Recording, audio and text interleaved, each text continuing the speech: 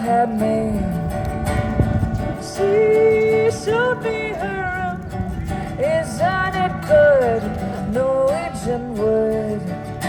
She asked me to stay, she told me anywhere.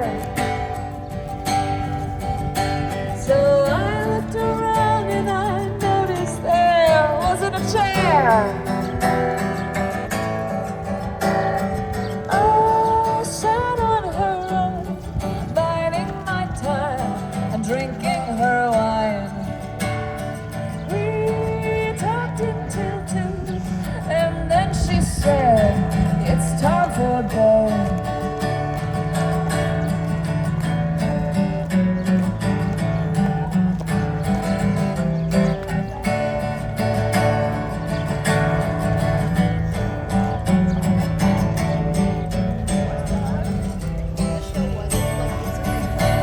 She said that she worked in the morning and started to laugh.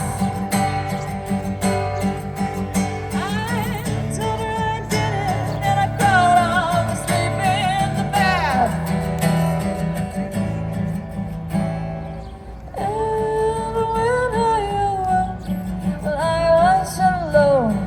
This bird had flown.